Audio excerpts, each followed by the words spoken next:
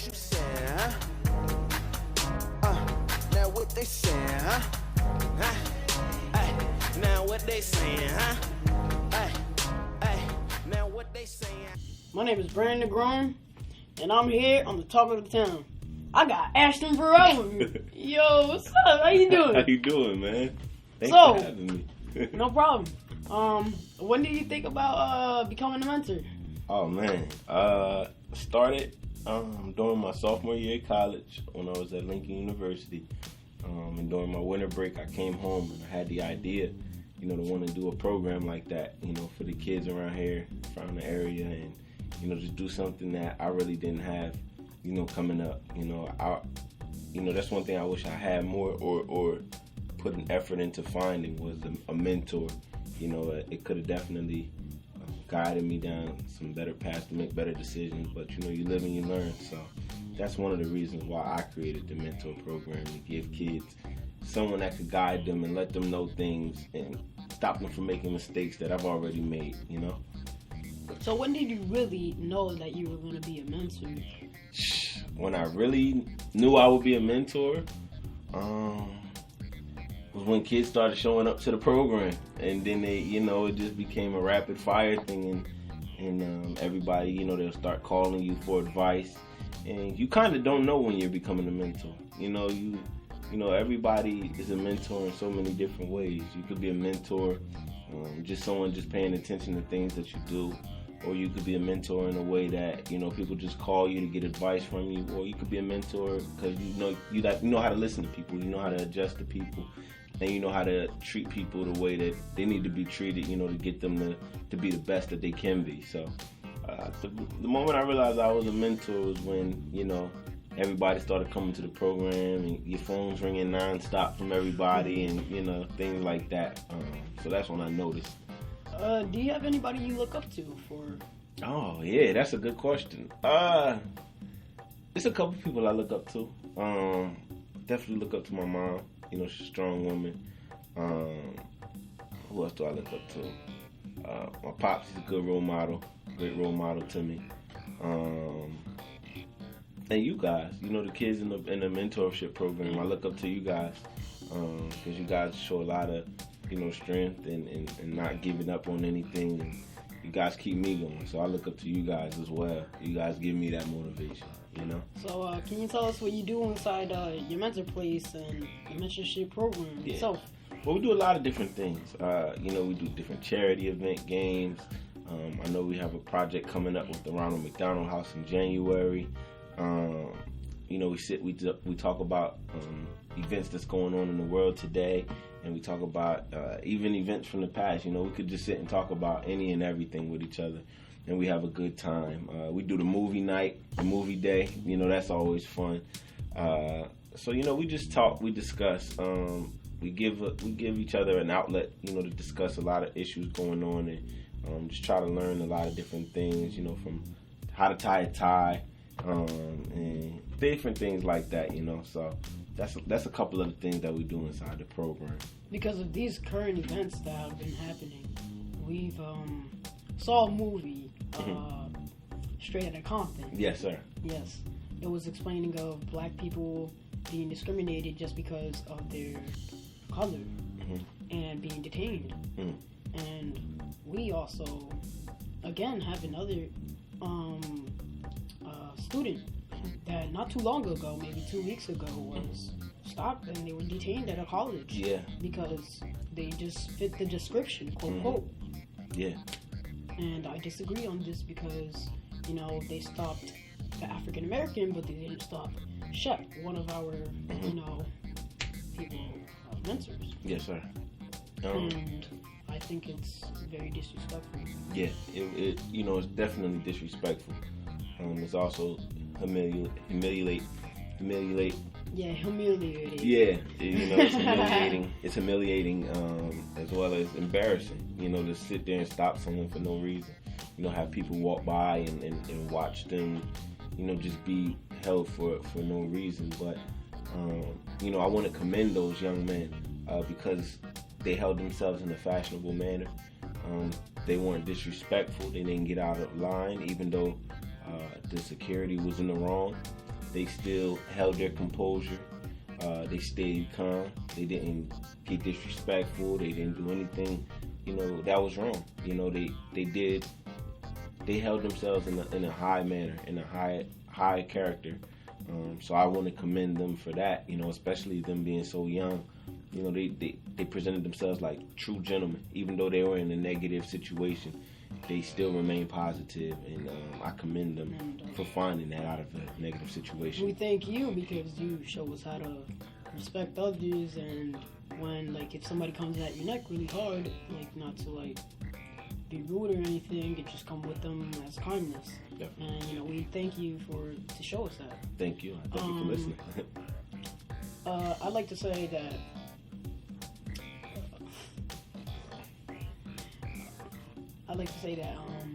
the people, they were wrong, and I believe they should apologize for that. And there are also people speaking up for this, the African Americans. I remember also last year while I was in the same interview that I seen one of our students. There was also another video saying that there was 2 cops on a bridge, and they stopped. They were both white cops, and they stopped these 2 African Americans and 1 white person, and they arrested both black African Americans and told the white person to leave. Wow. The white person told them that, no, I will not. You need to arrest me too, because that's just wrong. And I think that's pretty hard because that's just speaking up. Yeah. And it's important. It's like a sacrifice. Yeah. Because that's how much we care about black lives. Yeah. That's important. I appreciate you for being so aware. Yeah. And on top of that, that's huge. Because it's just a color. We're all the same person. Exactly. I mean, we're different, but it has nothing against us. Exactly. I'd like to say that. Do you have any things to say about your program? Any last remarks? Yeah. Yeah. I mean, it's a great program. I encourage everybody to join it. Males and females. Males and females now. We have a female group. They meet on Sundays.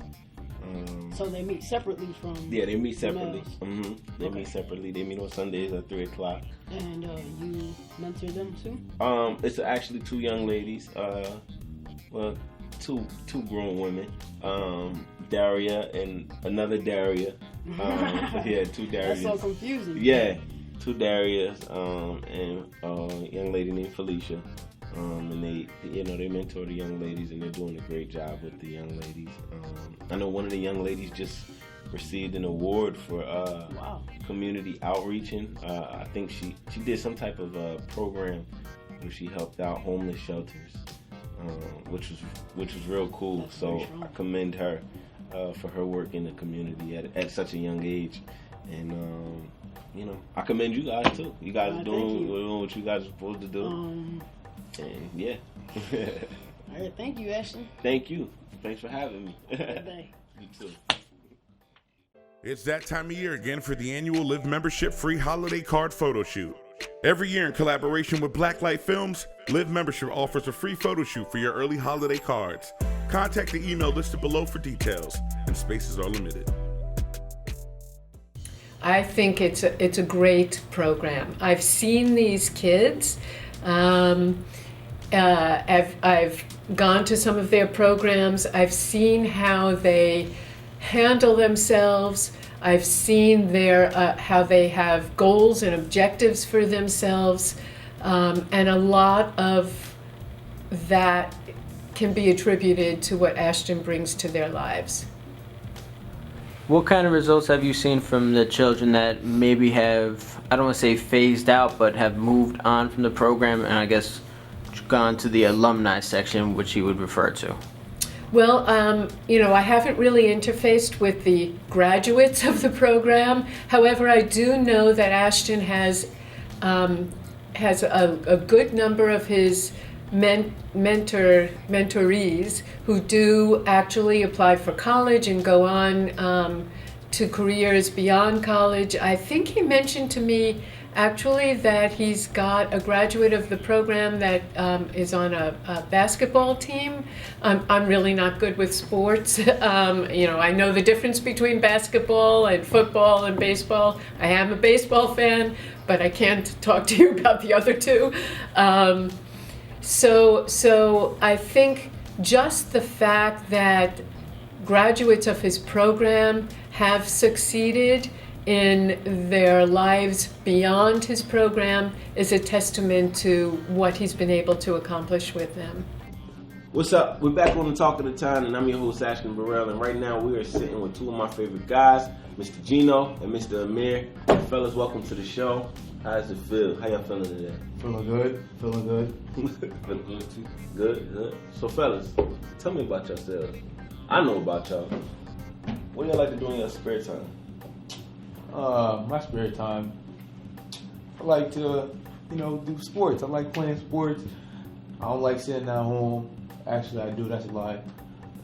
Sit at home, play my Xbox. I don't really do much. I play football, play basketball. Just chill out. What about you, G? That's a good question. I like to dance and film. Anything I could do with film, I'm gonna be open to it. Actually, I'm helping out with this show right now. Yeah. So I like anything to do with film and dancing, and I'm a family person. Family person. So when did you guys join the program? Amir? Oh my gosh. I joined the program probably around 2012, late 2012, around this time, beginning of 2013. I don't remember how I joined it. I think I just walked in and I saw a bunch of people I knew. I was just like, all right, I'm about to go chill here. What about you, G? I think it was like last year. I met you at AXO when you came to present and tell us who you were and what you're about and everything like that. And then at the end of your presentation, I asked you for your card, I think. And then you said you had a program like every Thursday, 7 o'clock. And so I just came from it. So Gino, you're a senior, right? How does that feel to be a senior in high school right now? I feel like I'm about to leave school, but at the same time, I feel like I don't want to leave school because then, like, the next year, I'm going to feel like waking up at 6 o'clock, still get on the bus, but then I'm going to have to wake up at 6 o'clock and then wait like 2 hours to go to college. But, I mean, it feels good because I feel like I'm about to go into the world and experience some new things and meet some new people. And then doors might open from that point, so I feel good about it. And what do you want to get into when you go to school? Well, I want to go to school to be an engineer. I'm thinking right now to be a computer engineer or mechanic. I don't know yet. Those are my two choices. But what I might do instead, I might major in theater and then minor in dance. But yeah, those are my two options right now. Okay. And Amir, you're a junior, right? Yes, sir. So how does it feel being a junior big man on campus right now? Not a senior because you're not out yet, but you still got one more year. But how does it feel to be a junior? Junior year is very fun, exciting. It's not as bad as people make it seem. It's very calm, cool and collected like me. But junior year is not too bad. It's helping me open my eyes to what the world is like more outside of college. Instead of freshman and sophomore year, they really just kept you in an enclosed environment kind of. So it's opening my eyes to what life's going to be like after high school and what it's going to be like in college and after college. Okay. And Amir, you just came back from California, right? Yeah, San Diego. Okay. How was that transition, from California to New Jersey? How was that? Well, it wasn't really too difficult since I lived in New Jersey all my life.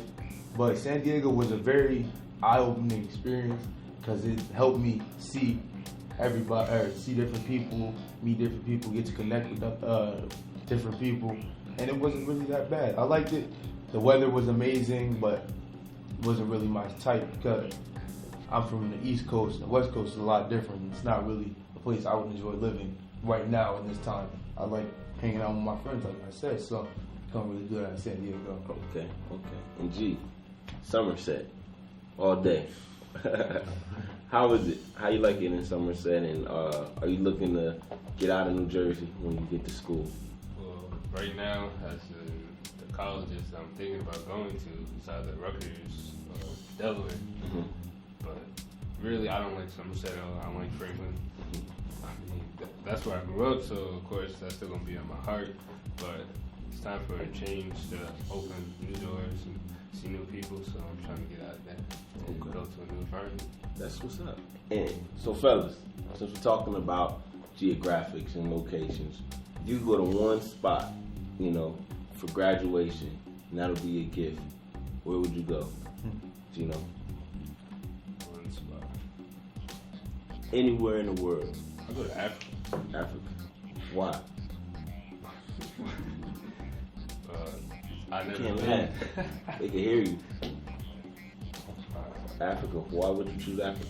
I choose Africa because that's like my main base in my race, and I've never been there. I want to experience like what's the life out there, because that's like in my background. Like my ancestors are African, so I want to know how they live, so I can experience that life. That's like one goal that everyone should have to experience like what their ancestors have experienced. So that's what I want to do. Okay. And Amir, where would you go? I would go to Dubai. What I've seen about Dubai, it just looks like a beautiful place, and it seems like a great experience to have, because in Dubai, that's where all the rich people are, and you never know, if you visit over there, you might be able to network, meet somebody, you make $1 million handshake with somebody, and then you make millions too. Okay. So I know you like fashion. That's the only reason I let you keep this hat on in an interview. So what's on y'all list for the holidays coming up? Now, I'm very enthusiastic about sneakers.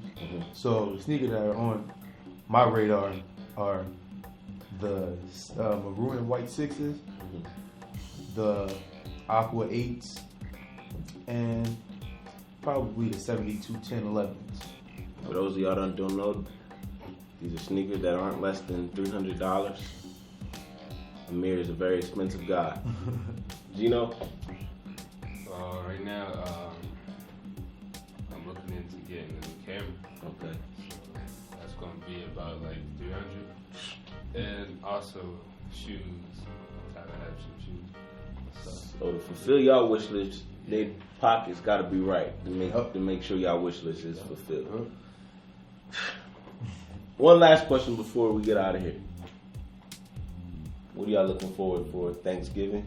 Start with Amir. Start with Gino. What could be your favorite plate? You get to choose 5 items. I'm gonna need to ponder on that one. You're talking. 5 items. 5 items. 1 plate. Thanksgiving. 5. What would be the master plate? Just put me on the spot like that. I gotta be 5. 5 items. That's 5. it. Could it be 5 items, 2 plates? 5 items, 2 plates. Oh. 1 plate, 1 master plate, 5 items. Anything. Desserts. Anything. Nah. Okay. I don't eat turkey, so don't get offended by my list. Okay. Because my family do a little different stuff. So, get a wing of fried chicken, mashed potatoes with gravy. Okay. I'll count that as 1. Stuffing. Corn pudding. Oh. Great. That's greatness. Does One it drink more. count? Does it drink count? Nah, it would drink you to have for free. And throw collard greens in there. Collard greens. I like that. That's a solid plate. Collard greens. That's a solid plate. G, what's your 5 items on your 1 master plate for Thanksgiving?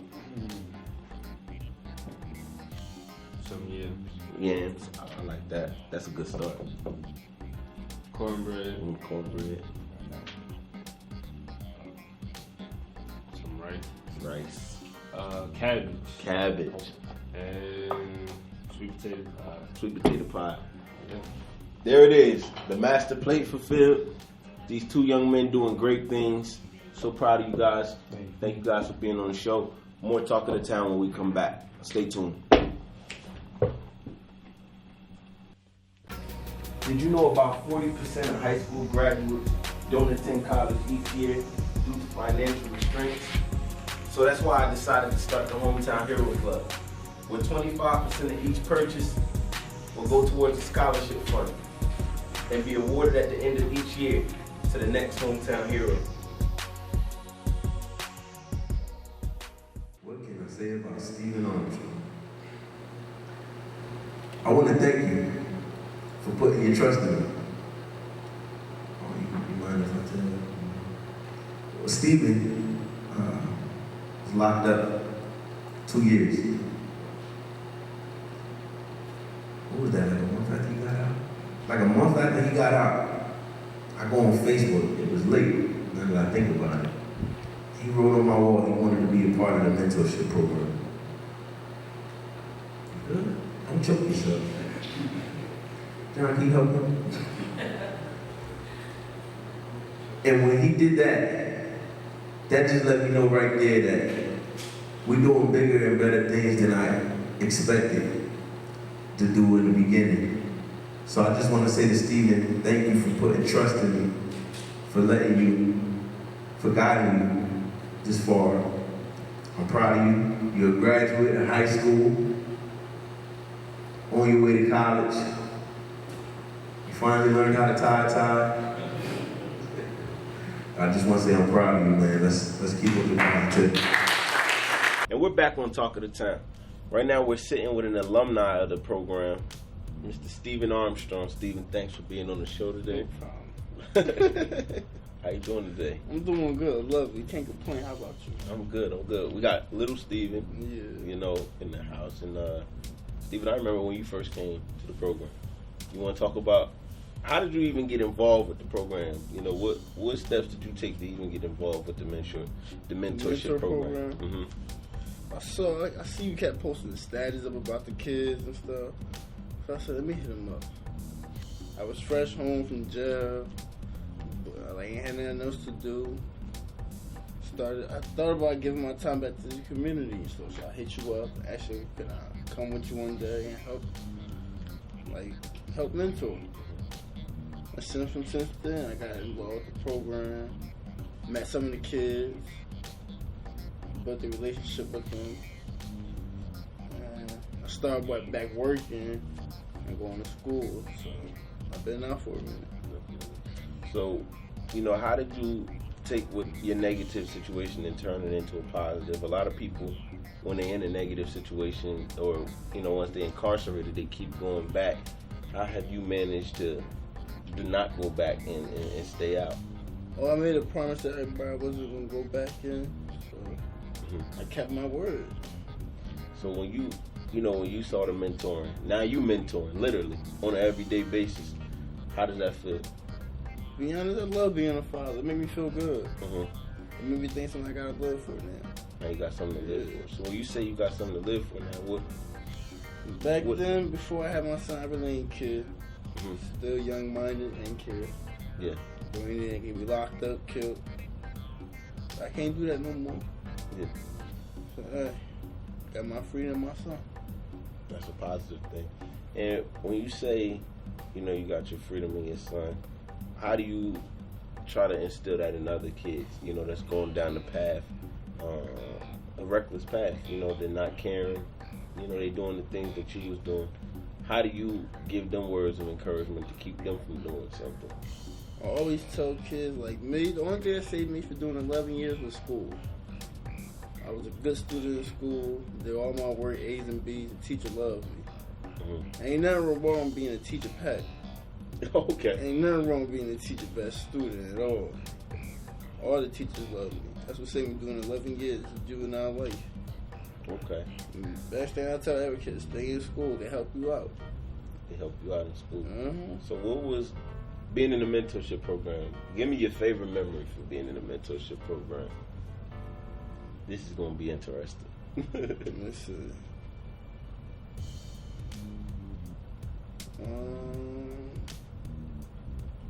Your most memorable moment in the mentorship program. Mm-hmm. When I first came and met the kids. Okay.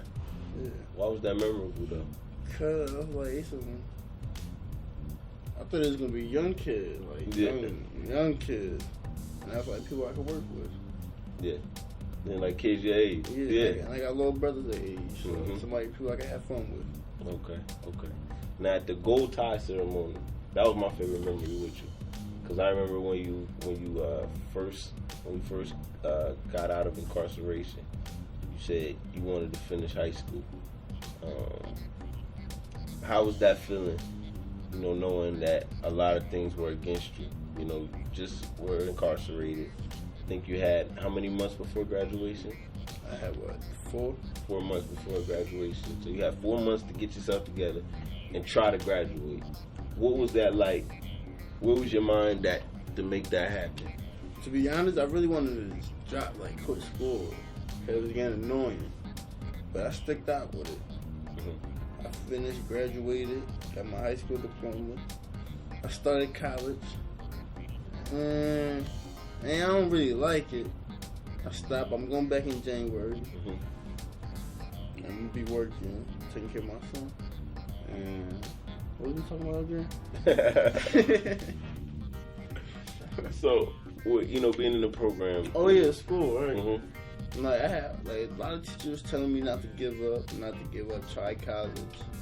So that's what I did. I didn't give up and I went to try college. And I liked it, but there's a lot of finance going with my family, like transportation, so I had to stop for a little bit. But I made a promise to everybody I'm gonna go back and finish. So what was some positive things you got from the program that helped you out in life? I learned a lot. Let me see, like the guy at the tie ceremony, the golden tie ceremony, I learned a lot. And what's one thing? What's one thing that stuck with you to make you? Oh, the little short boxer. Yeah. About his life story and stuff. Okay. And I can relate to that. Yeah. That's what's up, Steven. Well, we're proud of you. The transition you're making. I'm proud of you too. Thank you, Steven, for being proud of me. I appreciate that, and I appreciate you. We look forward to maybe getting the little guy on here one of these days. Yeah, he be on here. He gonna come to the program? Yeah. Okay, cool. More talk at the time when we come back. And now, welcome to Fashion 101 with your host, Rick Stylez. Rick Stylez here. And for the month of November, we're going to speak on meeting the in-laws for the first time. We're going to start with the do nots. Number 1, do not wear a plain t-shirt to meet anyone's in-laws, especially if you got meaningless tattoos on your arms that's going to be exposed. You don't want to sit there and have the discussion on why you got this, why you got that. Number 2, dress for the occasion. If you're just going to someone's house to have dinner, you don't need a 3-piece suit on to sit in someone's dining room, then end up on the couch later just watching the game with a 3-piece suit on. And the last do not let your partner dress you. They believe in you all year round, for weeks and for months. This night is special, but you got it. Handle it yourself. Now we'll go to the do. Do wear clean footwear and clean socks. You never know when you're going to have to take off your shoes in someone's house. Number 2, do. Make sure that you're clean shaved and you got a haircut. You don't want to show up to anyone's house looking scruffy. And the last one, layer up. Shirt and a sweater, shirt and a vest, a light sweater and a blazer. It's the time of the year to layer up and it looks fresh. And that's Rick Stylez signing out for the month of November, going to meet your in-laws for the first time. Go and enjoy yourself. It's that time of year again for the annual L.I.V.E Membership free holiday card photo shoot. Every year in collaboration with Blacklight Films, L.I.V.E Membership offers a free photo shoot for your early holiday cards. Contact the email listed below for details, and spaces are limited.